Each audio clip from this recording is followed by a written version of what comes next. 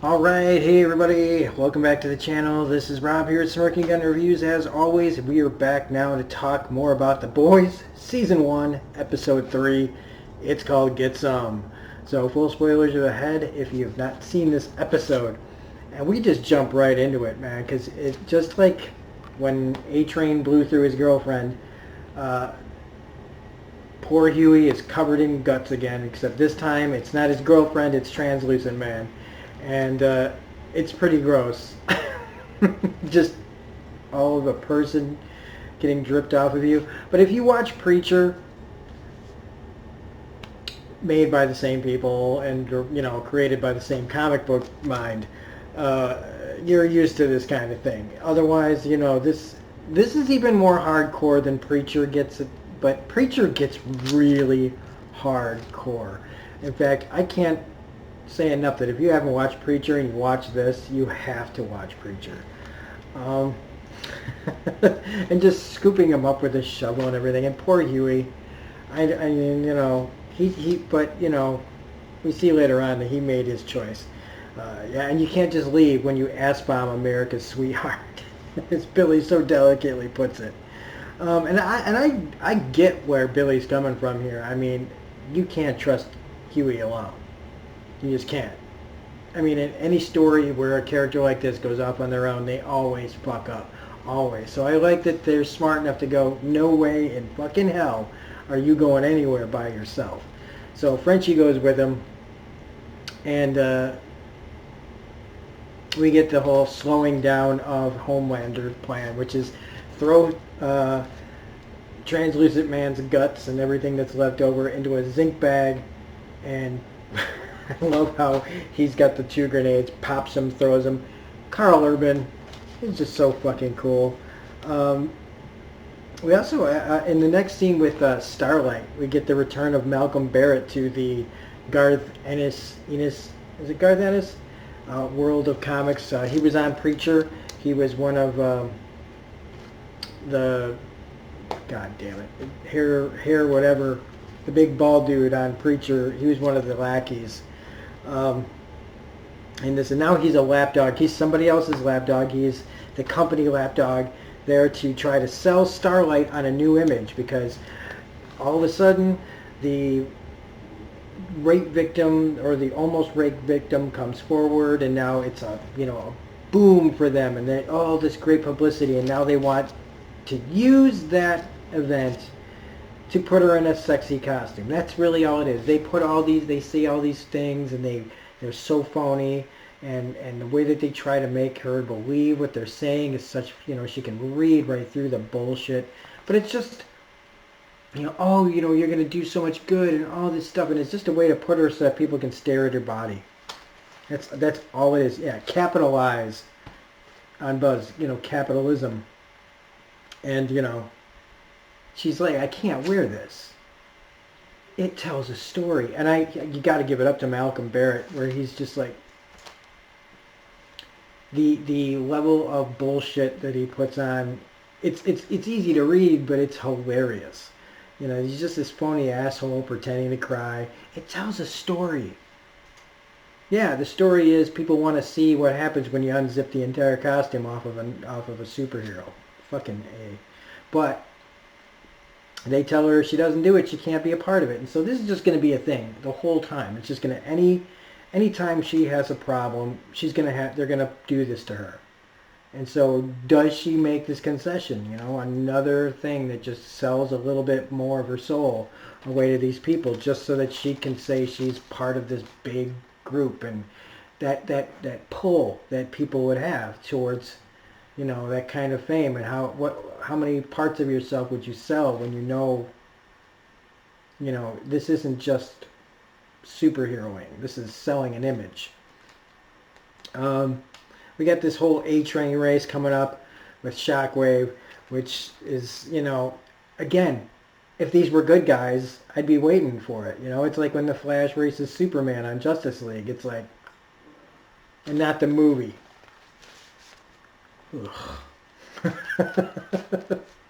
um, and then, you know, Huey goes home. He wants to get some of his own clothes, and he sees all the Seven stuff and all the comic book stuff and all the things that he used to love and how they mean nothing. And, you know, Jack Quaid, you know, who plays Huey, just kind of just lets it all out and just starts trashing everything until he gets to his girlfriend's picture. And if you don't know who Jack Quaid is, he's not been in a ton of stuff, but he does have some famous parents, Dennis Quaid and Meg Ryan. But forgetting all that, he was in a little movie called Logan Lucky. Joe said you know computers. Yeah, I went to technical college. Well, this here's a little more involved than that. We need like a computer whiz, like one of them Facebook boys. I know everything there is to know about computers, okay? Do you? All the Twitters, I know them. But me and Sam just ain't sure we can help y'all. Okay, apparently he was also in the Hunger Games too, but I slept. I think I was practically asleep when I was watching those movies. I don't really remember much about them except that there were CGI dogs in the first one, and that Jennifer Lawrence is way better than young adult novels. But if you like them, fine, whatever the fuck, I don't care.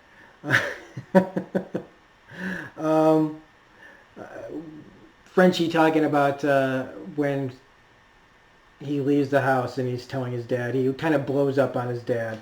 But, you know, kind of basically how things have been since the mother was gone, and they're just sitting there like zombies, and he doesn't like pizza rolls and blah blah blah. But he's sorry. He's sorry. But Frenchie takes it to, you know, as an opening to talk about his own problem, that his father was bipolar and tried to smother him with a Hello Kitty duvet. If you don't know what a duvet is, it's a blanket. Why do guys like us know what a duvet is?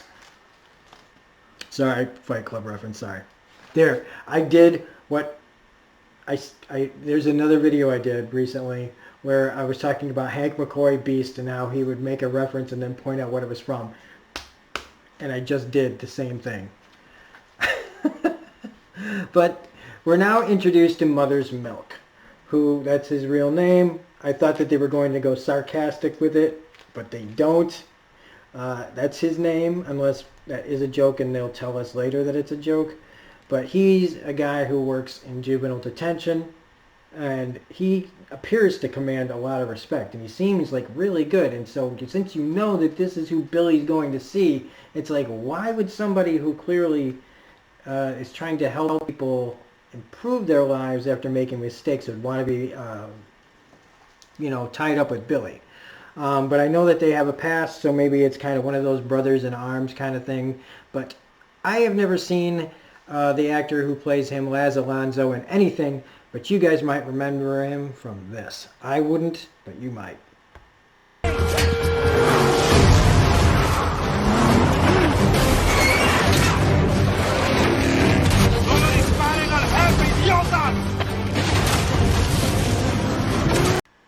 Okay, so yeah, he was in one of the Fast Furious movies. I don't even know which one that was a clip from because I won't watch those movies. Not since I think I saw the part of the second one. Anyway, that's not important. We talk about the Mallory stuff, and I guess Mallory was a person, not just a file. It's not just a code name. I don't know who that is though. But Frenchie, he lies about Frenchie because they don't want to. He doesn't want to work with him. But of course, he says whatever he wants. And Homelander, seeing Elizabeth Shue's baby, that was be afraid for that baby, I would say, because, like I said, he's jealous. He's jealous of a baby. He wants it to shut up, but not only that, when he looks at it, he looks jealous of it, and so. This is the same guy who made Preacher, and if you know what I'm talking about and what we've seen already so far in The Boys, I'm very worried about that baby. For real. And whoever Mr. Edgar is demands obedience from Homelander, or at least can elicit obedience from Homelander. So I don't know what the fuck that guy's up with, but he's probably like a Professor X kind of guy. I don't know. But we find out that Mallory had grandkids, and clearly I think Mallory must be like I would say maybe a superhero, maybe, but I don't know. And we're also introduced to Popclaw. Her. Learn perspective. She seems to be strong-ish, and she's got these weird bones that come out of her wrist. So I guess she's kind of a X-23 type character. I'm not going to say Wolverine, because she's a girl. But this is where we see like where Huey can not just accidentally blow people up because they have C4 up their ass, but that his tech skills actually come in handy. So when they are trying to figure out how to get in and see what's going on inside A-Train's secret girlfriend's apartment, they just go in and pretend to be like computer tech guys, you know, people that are like upgrading the whole building for the super. They just go in and get it all done. But then when Huey runs into A-Train in the hallway, I was like, what the fuck are you doing? And just staying there even after the fact, giving them that extra look in the eye like, recognize me so we can die right now. But it is nice to see Huey kind of embracing the anger a bit more. We also see Queen Maeve training. And I'm pretty much associating Queen Maeve at this point as kind of a... she reminds me of Samuel L. Jackson's character from Django Unchained. Maybe you follow me on that. The person who's... knows... like who's under somebody's thumb, knows it's wrong, and just is despicable despite it all, and is there to just be like, oh yeah, sure. And that may be a stretch for some people, but it's the first thing that I thought of. And yes, I was right. The only reason Homelander cares about Translucent Man is because it somehow might involve him. And she's like, yeah, you figured out a way to make it about you.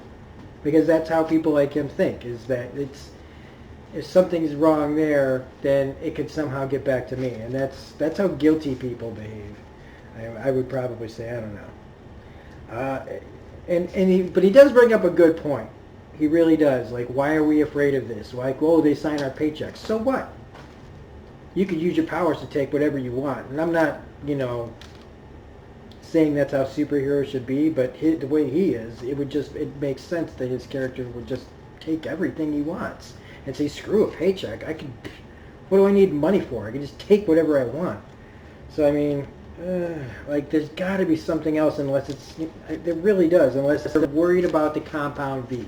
Like, if maybe Homelander's not smart enough to get his own, or make his own, then maybe he needs to go along to get along, but he doesn't seem to need it, at least his character doesn't yet, but we don't know how far this goes. And when they go up there and they fight that guy, which is not really a fight, and Homelander kills him after he's already given up, he enjoyed watching him die. And again, nobody can stand up to him, not even the Wonder Woman of this world. And yeah, A-Train, when they're looking in on him and he's feeling all inadequate. Oh, what if this guy's better than me and everything? And then we find out what Compound V really is, and it's superhero steroids. Now, it does make you wonder, how super are they without it? Like Billy says, But it's revealed by Popclaw in the surveillance that he was on it when he ran through Huey's girlfriend, which at that point, Huey just, that's it. That's all he needs to hear. And you find out, really, A-Train in the end, he's just some fucking pathetic junkie with, who'll do anything to keep his fame. And it's all just pathetic. But they need to get some so that they can reverse engineer it. Now, why would they want to reverse engineer it? Unless they wanted to use it on themselves, possibly. I don't know. It kind of seems that way because he says Frenchie says something along the lines of he wants to try it on himself. So, I don't know. If it's a super steroid or if it could also give powers, I don't know. And Mother's Milk telling Huey that everything comes with a price. But Huey says he's willing to pay it because this has got to get done. And it just seems like Mother's Milk is just way too nice for this. Again, like I said, it's just... He's kind of the odd man out. And until he can prove, besides, I guess, like I said, he understands criminal behavior, it appears, you know what I mean? But and especially with maybe the guys he works with. But he just seems way too nice. And I mean, like, listen to how he talks to his girlfriend and shit. He gets mocked for it, but I mean, we do see that Starlight does make her concession and is in the outfit, and that all the Supes are there on arrival, even Homelander, and just playing up the crowd. And Starlight's trying to do like autographs for people, and sees the little girl in her old costume, which is nice, and she has to hear those guys that, like, hey, Starlight, show us your tits. And how does she react to the girl? She wants to stop them, but she can't in front of the freaking corporate people, but also fighting this guy. How does she handle the situation? And she just tells her to save her money, don't buy the new costume. The one you're wearing right now is fine. And it's more and more likely when I'm watching this and seeing how they all behave. And in a realistic situation, if superheroes were real, like really real in our world, I think somehow instinctively, even though like I love comic books now, but if I lived in a world with real superheroes and just like I said, me being me, I feel like I would be instinctively untrusting of superheroes. And this is just me. Like I said, if it was me right now, like for who I am, and let's say I never collected comic books, and I was born into a world with superheroes, and I grew up, I'd probably grow up liking them, but by the time I hit like my Kurt Cobain years, like 15, 16, I probably would have hated superheroes in real life. Because I smelled bullshit. I called bullshit on a lot of stuff when I was a kid. But I don't know. It just... I don't know. I'd like to think that I would be smarter than that. Homelander and his multiple obsessions when he's talking about different things, it's just, he's all over the place. Because now he's like talking about, getting back with Maeve, and if she ever like, or not even that, but if she was with somebody else, how he'd feel about it. It's like, he's got everybody under his thumb, really. And the only person that can keep him in control is Elizabeth Shue. It's nice seeing Huey and Annie meet up, even though it's under circumstances where Huey's trying to break into A-Train's locker and get the V. But again, it's nice, she needs someone like Huey. She needs someone to keep her grounded, somebody to keep it real, somebody to remind her of what this is really about. And when he tells her, you don't owe anybody anything, just walk away. You've got nothing to prove. But the thing is like, I feel like he's like a lot of guys, or anybody that gives someone advice that's already made up their mind. They just want to hear somebody say it so that they can feel justified in ignoring it in a way. But it was at this point that I kind of came up with just two kind of obvious theories that I believe Queen Maeve will probably do something to try to stop Homelander. Whether that works or not, I think she'll have a line that she'll say is enough. But I don't see her succeeding. But I also feel like Starlight's going to there's going to be a line for Starlight too, where she's going to have to find her way back and make up for kind of not really doing anything wrong, just kind of being a part of the problem. Because there's that line of like, I don't know if they really want you to be a hero or just look like one, what she says. Which is absolutely true. This is all just selling an image. And you're a commodity, you're a product.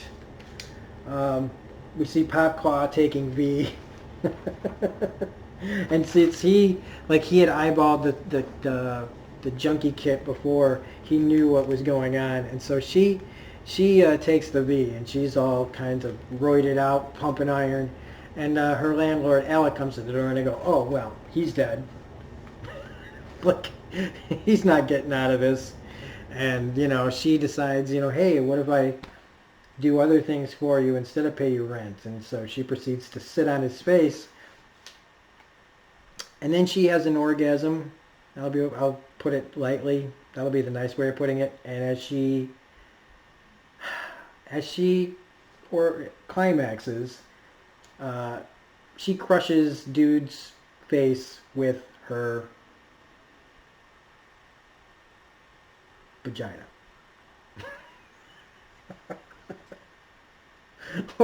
or maybe her thighs. I don't know, but it just which is, I would say it would be a nice way to go, but I don't think he was having a good time. So, anyway, he was like, "You let that guy die," and he's right. What would you do? What were you gonna do? How were you gonna get there? How are you gonna get there and beat it all? Like, it's just. But now they have blackmail on her, and they go in there like this as friends to help her get rid of the body, and that all they want in return is everything she knows about Compound V. And the last bit of this is Homelander in the Deep showing Elizabeth Shue that they found Translucent Man with the help of a helpful porpoise. I liked how he keeps saying it was a porpoise. It was a friggin' porpoise that found him. And that they were just there to slow him down, that this is all biding time, and that there is a bigger plot. And they should be worried because in the inside of the case, of course, Billy couldn't resist writing "coming for you." And this means war. So, that being said, that's the end of the episode. And it's been really hard not to just binge this. Taking this in like every couple of episodes. I got to tell you guys, I mean, since it's been out since July 26th and I've only gotten through 3 episodes, it's very hard not to try to jump ahead. But we're sticking to the schedule, and I'm enjoying the episodes slowly, like a fine wine. And so, this is Rob at Smirking Gun Review saying, if you like this review, please hit that like button. Otherwise, comments, let me know what you guys are thinking of this. If you're not a subscriber already, please become a subscriber and hit the bell for all notifications, all that jazz. Otherwise, this is Rob at Smirking Gun Review saying, have a great day, and this means war.